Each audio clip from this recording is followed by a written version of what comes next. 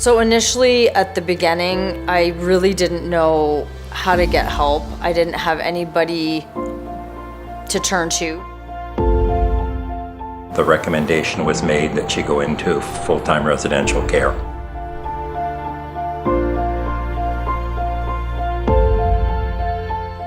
I had to hold loosely in my hands her care.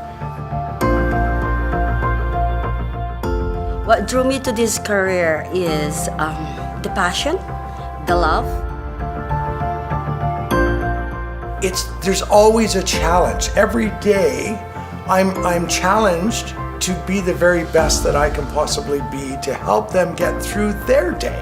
And daily I'm challenged with having to decipher their needs from their emotions. And I love them dearly, but I can never love them like a family member. And I will never care for them as much as a family member feels they need to be cared for.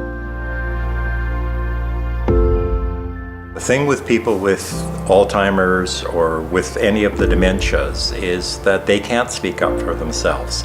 And we have to take on that role of being the voice for them. Let's work together. Let's make this work, because in my mind, it's not about me and it's not about them, it's about my wife. That's the only one that counts.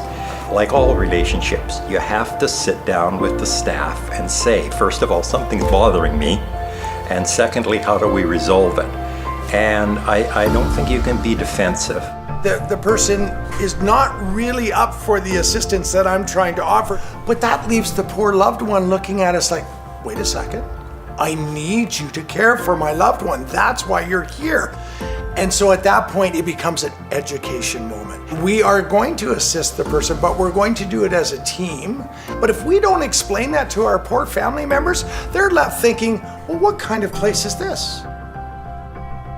We lean on our families. We lean on our families so very much. I made it important for me that I would get to know every person's name who was looking after my wife, and also hear their story, because I cared about them and their hearts, not just their job that they had to do.